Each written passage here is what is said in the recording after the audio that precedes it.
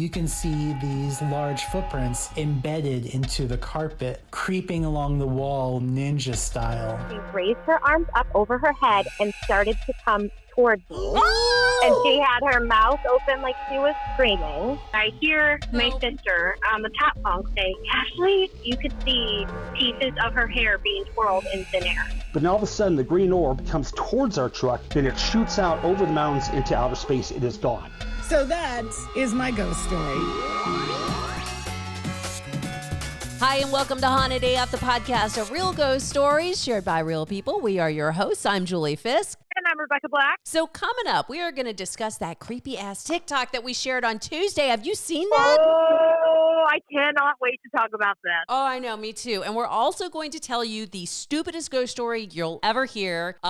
That's not our name for it. That's actually what Kalinda called it when she sent it in. Just a quick reminder, hauntedafpodcast. That's where you can find all the stuff that we talk about. We're on all the social media, Facebook, Twitter, Instagram, YouTube, even TikTok. Yes, TikTok. Yeah, don't forget, we are posting things on YouTube every single week. So along with those companion blogs that we post at hauntedaf.com, you can see all the evidence, the photos and videos as well on YouTube. Got to send love to our new patrons, Liv, Connie Sabo, and Sissy Johnson. By the way, we're going to start posting blogs on Patreon. Been feeling really guilty because we use so much of our audio in the actual podcast that we don't have a whole lot to share on Patreon. So I want to use this to talk about all those really famous scary stories that we don't get a chance to talk about on the podcast because we share listener stories. We don't get to talk about stuff like the Ghosts of Flight 401 or the Bell Witch. So we're going to focus on those on Patreon, and then in between seasons, we'll share a lot of audio there as well. So let's go ahead and jump in with it. This is Kalinda's stupid ghost story. The first 2 summers of college, I worked at a Wendy's, and people who worked there would say that the store was haunted. Supposedly, there was a guy who worked at the Wendy's and was really, loved it. But then somehow he died, out in front of the store. Got hit by a car crossing the street or something. I'm not sure. And I've never been able to find any evidence of that. But the things that would happen at the store would be, the big thing was that the radio, it would always change from any station that it was on to the country station. So apparently the ghost was really into country music. But one of the managers who worked there for a long time, she said that when she would open in the mornings, she would put the grease buckets under the grill, and she would go to the back and she would come back up to the front, and the grease buckets and everything would be just in the middle of the little walkway. And she would tell us, if something happens, you just have to say, "Be nice with me, be nice with me." So I didn't ever really have anything happen to me, but the manager who told me about the buckets, she obviously had a lot of things happened. And then there was this other manager who apparently he had a lot of really creepy things happen, but I know that he was doing meth at work too, so that could have been really what was happening. Yeah. But anyway, sorry. So I was going on one day and I was doing inventory, and I sat down on a little step stool to do the count, and I heard somebody say distinctly, "Do you need anything else?" I said, "Yeah, can you?" And I trailed off because I looked up and there was nobody there. I heard it so clearly that I responded to it. So that was my ghost story, and I know that it's probably the stupidest ghost story that you have ever heard because it involves a Wendy's. I don't think it was a stupid story. I don't either. I think that's fantastic. Obviously, this woman loved her job and was like, "I'm going to stay here forever and serve my Wendy's customers." Now, it does make me crave a square cheeseburger, but... And have you had the spicy nugs yet? Because they are freaking delicious. No, but what is it about calling a chicken nugget nugs makes them sound more delicious? I don't know. It's kind of cute in a weird way. Mm-hmm. So our next story comes from Mary in Iowa. We actually mentioned this one last week. She said, "We lived next door to a church, and at night I could see the lights from its parking lot in my bedroom. They were yellowy, dull lights and not very bright. One night, out of nowhere, my whole bedroom lit up like a giant LED spotlight. Then I heard this metal-sounding voice coming from inside my own chest." I'm just going to let that sit there for a second. Inside her own chest. But here's the best part. It yelled, "Get out! Get out! Get out!" It felt like a static electricity was all over my body. And then all of a sudden, everything was calm and normal again.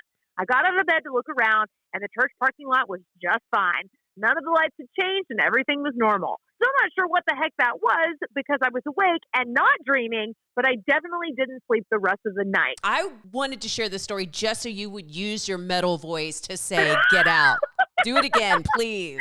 Get out! Okay, this actually reminds me of something that happened to me when I lived in Albuquerque, New Mexico. So, Really? yeah, all right. Sometimes when you're so scared, like completely in a panic, you will not be able to scream normally. And when you do scream, it comes from way down in your gut. And I know this because I had a peeping Tom, all right?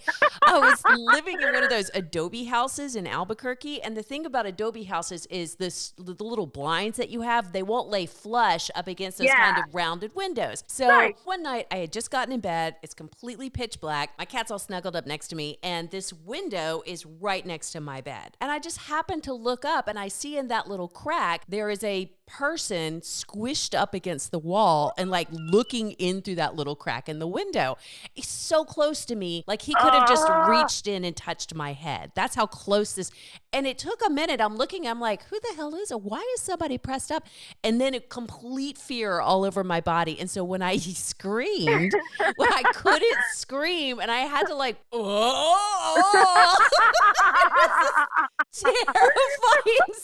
I probably scared him as much as he scared me.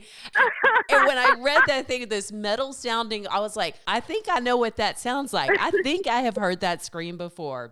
I love that yours was like a full body, like a guttural, like. It's like, you think you're gonna go, oh my God, stop! No, you're like, you turn into this monster. Okay, speaking of monsters, we also got this story from Jessica, who says, hey, Julie and Rebecca, I know how this sounds and looks, but I would not waste your time if this wasn't 100% true. This picture was taken from my stepdad's deer cam, November 2011, in the woods behind our home in Goshen, Ohio. It scared the crap out of me and my family. It looks like a demon or some very demented person. Sorry for the poor quality, but again, it's from 10 years ago and from a cheap-ass deer cam.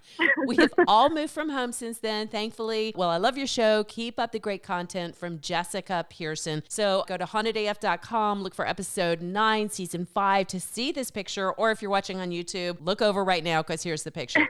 What does this look like to you? So when I was first scrolling through and I just glanced at it, seriously, a glance, and I thought, oh my God, somebody sent us the angriest penis on earth. What? I don't see that at all. I literally was like a drawing of an angry penis with a mad face. I do not see that. First glance, like if you just move your mouse on your computer real fast, it looks like an angry penis. Okay. Yeah, I still don't see that. I don't think it's a demon. I think it's a demented human. I think that a very angry bald man is running around in their backyard, potentially with his shirt off. I almost think a real person is worse. Yeah. So we asked Jessica, is there any other activity that was happening around the house? And she said, I never had anything else happen in that house, but my mom did. She saw shadow figures almost daily, a man in a white shirt looking out the windows when she was outside and no one else was home. My mom and grandma and I have always been haunted, but you learn not to pay attention to it. What? Really? That's what she said. No, you don't push down a haunting. That's not a thing. Did we all see Jessica just sitting there like in a rocking chair and there are ghosts all around her? They're like, boo, God damn it, boo. Yeah. Okay, so this next story comes from Emma. So this is probably the craziest thing that's ever happened to me in my life, and it went on for about 6 years. So I live in North Carolina, actually the next town over from Burlington, North Carolina. I'm just over the border in Rockingham County. But my parents got divorced when I was little, and we did the divorce kid shuffle, and we ended up having to move up to Massachusetts to stay with my grandparents. Well, my father moved up there too with wife number 5, but that's a whole other spooky story. And they got a house in Cape Cod. So we'd have to go down every other weekend to visit my dad. Well, his really old house in Cape Cod, there was a family that lived in the house before them. Both of the parents were elderly and they had passed away of natural causes, in that they had a son named Lincoln who was autistic, and he passed away sitting in the backyard leaning up against the fence, and he choked to death on a sandwich. And then the other son was in prison in Minnesota for life for murder. So my brother and I had to share a room in the upstairs, and the ceilings all were kind of dormer ceilings. So our beds were underneath two of the dormers in the bedroom. And I would be laying in bed and I would hear like something was in the wall above my head. And I would say like, oh, it's a squirrel, whatever. And I would knock on the wall and it would knock back. And I would knock in a pattern and it would knock back in a pattern. I was about 10 or 11 at the time and I was like, this isn't right. So it kept going on and it would start happening like every Sunday morning around like 7:30. It would just start knocking right above my face and I would knock back and it would repeat my knocks back perfectly. So this kept going on and on and on. And eventually they brought a psychic in. And we didn't tell the psychic anything that was going on in the house. At this point, I was probably like 13. And this had been going on the whole time. And she walked up to me and she said, something's trying to talk to you. Does it knock to you through the walls? And the second she started talking about it, we heard thumping upstairs from where my bedroom was. And then there was one night where I was sitting with three of my brothers and we were watching TV and we heard a whole conversation go on upstairs when our dad and stepmom weren't even home. It just went on for years.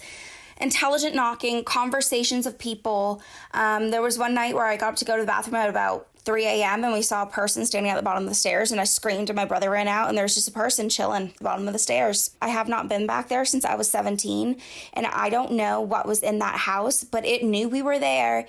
It wanted to communicate with us and I think there were about 4 of them. So there's my spooky story. Thank you. That comes from Emma. A couple of things. They don't live in that house anymore, but she sent the Zillow link so we can share pictures of this place until Zillow tells us to take them down, I guess.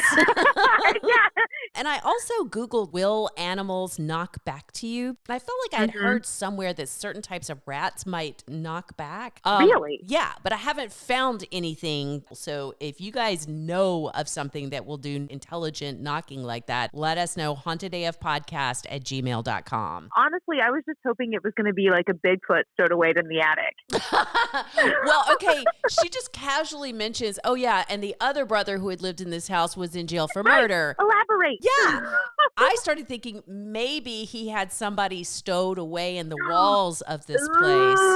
And maybe that's what it was. Okay, so here's a little update about some past shows. First of all, we got a message on Instagram from Corrine, who was thrilled to take her friend's Tesla into a graveyard recently, where they also saw figures walking around. Like, this is a regular thing now. Yep. But they also took the car into an empty parking lot just to see what happened. And she said that these figures were not walking around. She said it was very accurate. You could see cones and all the other cars very well, but no random ghost people were showing up. I mean, there must be something to it. Yeah, and it could just be Elon Musk messing with us. Right. I had that thought too. Like, what if he put a glitch in the system on purpose? Yeah, it wouldn't surprise me. We also got this message through hauntedafpodcast.com from Angela talking about Frump the Jester doll. She said, baby Frump brings cockroaches with him to feed his lizard friend. She goes on to say, I run a reptile store and was cleaning my roach colony while listening to this story. Dear Lord in heaven.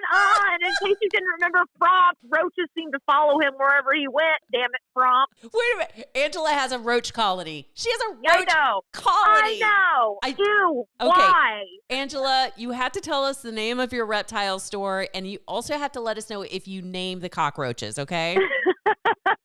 And a quick reminder that this Sunday is the virtual tour of Haunted York. That's this Sunday. It's totally free, but they would love it if you would PayPal something just to help cover the cost. And you can find all of that through hauntedaf.com or through the Haunted AF Facebook page. We'll try to put it everywhere for you. Dead Pet of the Week. Thank you. That is from James Matthews from season 4, because we haven't gotten a single damn Dead Pet of the Week theme song through all of season 5, people. Come on. Oh, we need a new one desperately. So send that to hauntedafpodcast@gmail.com. And this week's Dead Pet of the Week comes from Julie. And she says, I had a beagle named Spike who lived to be 14 years old. When he was alive and outside wanting in, he would scratch at the screen on the door and I'd let him in. After Spike was gone, my mother and I would still hear him scratching on the door. Oh, and then she says she'd go and open the door and let his little ghost in. That's so sweet. That is so precious. Oh. My next dog was also a beagle named Corey, who lived to be 16. When I had to put him to sleep, I talked to him just like I did with all my other pets. I told him to go find Spike and that Spike would take care of him. A little time went by and I thought, I haven't heard Spike scratching for a while. And I never heard it again. I figure Spike and Corey are together, taking care of each other and waiting on the rest of us. Oh, thank you for reading this email. Even if you don't read it on your podcast, I hope you enjoyed it. Sincerely, Julie Tackaberry. Oh, that's sweet. Yes, and Julie sent us pictures of Spike and Corey, so we will be sure to share those. So we're on the phone with Fran from the Look at Us Now podcast. I actually am going to tape an episode with her pretty soon. It's going to be an episode about like pivoting from radio into podcasting. But then Fran surprised us and actually had a ghost story to share. So welcome to the podcast. I'll say I live in a house with ghosts. They are just like, I'd say members of the family. It's not haunted. They're friendly. We moved in this house 15 years ago, and I had a newborn and a 2-year-old. My husband worked nights. When he was gone at night, it was very active, and I always felt like something was like watching me while I slept. Mm-hmm. It's a 1928 house, and there are always doorknobs. But in the beginning, it was this one door into one bedroom. You cannot open or shut it without twisting the knob hard, and that door would constantly come open or shut. You'd hear it slam, and you hear steps. People walking up and down the steps. You smell cigarette smoke. You hear a rocking chair, and you just kind of feel like there's this presence there. One night, I was alone, and I heard what I thought was somebody in the house, and it scared the shit out of me. So I walked downstairs thinking there's a burglar. All the doors are shut. Nobody's come in. And this particular picture, it was actually a lantern. My grandfather used to be a train engineer. Mm-hmm. So I have his old lanterns, and it was a picture that was behind it. You would have to physically move it from that, or you would have knocked the lantern down too. So the lantern was still there, but the picture was on the ground from the mantle. Wow. So I would say we were here about a year. I woke up at 2:30 in the morning, and I could feel somebody was there staring at me. Literally had chills all over my body. I looked up, and there was this man standing there, and it was like V-neck, button-down burgundy cardigan, and he's looking at me, and I'm looking at him. Basically, I felt like he would said, "I'm okay with you," and I said, "I'm okay with you." And it's like he was trying to make sure we were the people he wanted to live in this house. Years later, one of the people who've grown up in this house in the 50s, I contacted them on social media and asked her about the people that live in the house, kind of just wanted some history to find out more. Sure. She sends me a picture. The picture was of her dad. The daughter said that he was very fun-loving and he's very attached to this house, and he just likes to play jokes all the time. I guess that's why he's still connected to the house. So, Fran, the pictures that she sent, was it the man that you saw in your bedroom? It was him. Yes, in the same clothes, no less. That's crazy. I had this mental image of Mr. Rogers in his That's exactly what I was going to say. He looked just like Mr. Rogers. He didn't look like it, but the outfit funny. So is that, like, have you ever considered saging or doing anything to try to get rid of it? I actually have done that because there's so many stories in this house. My kids have all seen ghosts, and there's this black figure that's not him. And my kids, they don't want to go in that bedroom sometimes. So I'll go in there and I'll sage and I'll just tell whatever that spirit is, get out. You're not welcome. And they go away. So have you seen the black figure, or is it just your kids? I have seen the black figure. Okay. I have seen the black figure. Well, that's Fran from the Look at Us Now podcast. Thank you so much for sharing your stories. It's so funny when you wrote to me, you were like, I don't know if these are going to be good enough to count. I'm like, yeah, that's definitely good enough to count. Yeah, you've got multiple ghosts in your house. So moving on. Hey, ladies, I'm Kelsey, and I've got a spooky story for you. I am from Vancouver Island, a little town called, and oh my God, I'm going to butcher this, Nanaimo? I was going to say Nanaimo, and I meant to YouTube this to figure out how to pronounce it. So sorry, guys. We're sorry for butchering the name of your town. Nanaimo or Nanaimo is my guess. Feel free to call and correct us and leave us a message or whatnot. Yeah. This story is about a house I grew up in where my mother still lives. And because I like to torture myself, is the house I'm writing from as I dog sit for my mom. Why would you do that? Kelsey. The sun literally went down behind a cloud as I wrote that, and the living room went dark. What the actual hell? Girl, get out of there already. I just told somebody on Instagram, Haunted AF cannot be held responsible for the spooky ass situations you choose to watch or listen to our stuff from. Yeah, we should put like a disclaimer on the show. We should. So she goes on to say, just a warning for the younger audience if this gets read on the podcast, there is a reference to drug use, so cover your ears, not condoning it, but kind of important to the story. Got it. As a kid, I had this reoccurring nightmare about one of our basement rooms. In the dream, a thing would drag drag itself out of that room and up the stairs, then down the hall towards my bedroom. It was shaped like a human, but with no legs and looked like it was made out of tangled roots dipped in something shiny and black. Ew. I would always wake up right as it was pulling itself into my room. As I got older, I ended up moving into one of the basement bedrooms for a little more privacy, but not the creepy one. Not long after, I started dating this guy who, because I made great decisions back then, was addicted to meth. Wow. Awesome. He was at my house one night when we were watching TV in the monster room. I fell asleep but woke up to him shaking me and freaking out. He told me there was a little girl in the corner of the room watching him, but her mouth wasn't where it should have been. Instead, it was on her forehead. Oof. I told him to fuck off and let me sleep, figuring it was just the drugs, and didn't think about it for the better part of a year. Quick side note, kids don't do drugs because then no one will ever believe your ghost stories. Absolutely. That's the second time it's happened this podcast.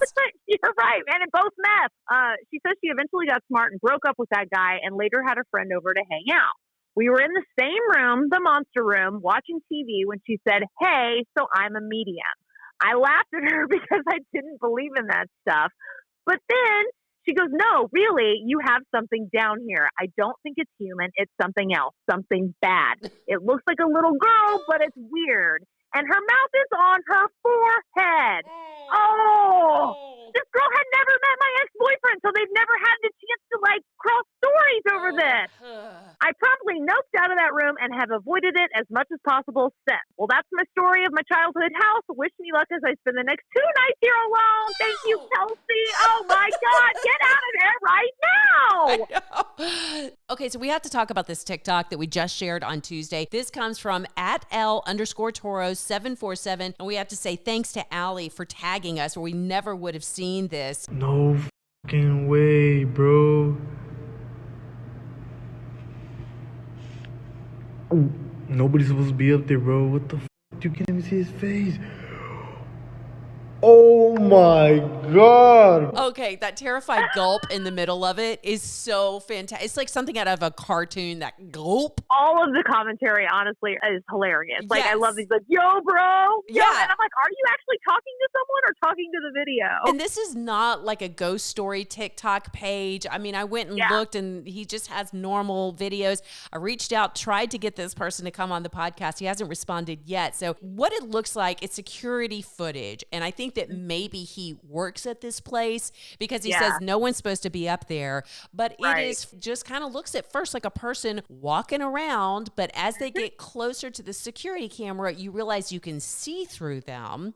What does that look like to you? To me, it does. It looks like an old guy walking around up there. And then the closer he gets, then you can literally see through his head. We posted this on Instagram too. And everyone was saying this means that when you die, you go to work and you wear your work clothes for eternity. Not necessarily. I think it's different for everybody. Maybe this is where this gentleman was at his happiest while he was working. Damn it, I hope so. What if it just happened to be the day that he was wearing the tidy whities that ride up his ass or something? And he's thinking I can't wait to get home and change, and then boom. Anyhow, we have not heard back from this guy. We'll let you know if we do. But we did get a similar story this week, and it's from someone who wants to remain anonymous. So no wonder he wants to remain anonymous, because he says, "I've worked at a secure federal building as an armed guard for 14 years now, at night mostly. I've had several incidents over those years, as you can imagine. I've never seen a spirit in person, but I've caught plenty on camera and have brought them up to my boss, who was the night shift sergeant before I was.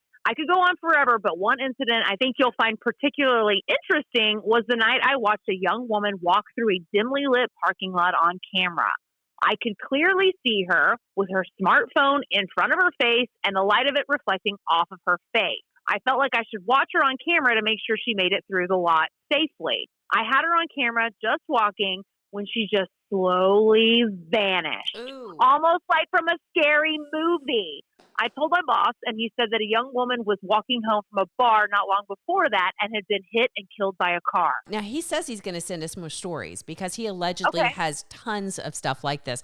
And I asked, can you please send the video? And he was like, no, I can't. I can't tell you my name. How would I be able to send you this video? Yeah, that's true. But it made me think, like, surely there are other people who work security who have seen things like this. And doesn't it make you wonder, like, how often have you been walking alone through a parking lot or a parking garage and had a security person actually watching you on camera? That's kind of creepy to think about. It is. I mean, it's kind of nice to know that somebody's looking out for you, but at the same time, it's like, ooh. Well, the amount of times I've fallen and a security camera has caught me. So they're just laughing at you. There's a bunch of guys sitting around a camera laughing. So again, if you work security and you have any experience with this, please send us those stories. hauntedafpodcast@gmail.com. Again, that's hauntedafpodcast@gmail.com. That's where you can send all of your stories. We like them written, recorded, audio, video, all of that. Again, hauntedafpodcast@gmail.com. And we haven't been getting lots of video ghost stories where you guys are just filming yourself telling your ghost stories. We love those, and especially since we're doing lots of YouTube and TikTok right now, we would love to share those. So coming up next week, we have another creepy doppelganger situation. And then we need to talk about Jessica's story. Jessica has been terrorized by something since she was a very little girl. It is a haunted shopping bag. True story. It's all coming up on the next Haunted AF. And don't forget to subscribe to Haunted AF on Apple Podcasts, Spotify, Stitcher, wherever you listen to podcasts. Please follow us on Facebook, Twitter, Instagram, YouTube, and of course, TikTok. You can even contact us directly through our website, hauntedaf.com. Gotta say thanks to Andrew Mamaliga and Travis Vance for the Haunted AF theme song and to On Air Media for titles and technical support. Also, big thanks to all of the Haunted AF Patreon supporters. Most of all, we have to thank you for listening and for sharing your stories with us. By the way, Julie, if I die first, I'm coming back to haunt you. Oh, I'll come back to haunt you too, Rebecca.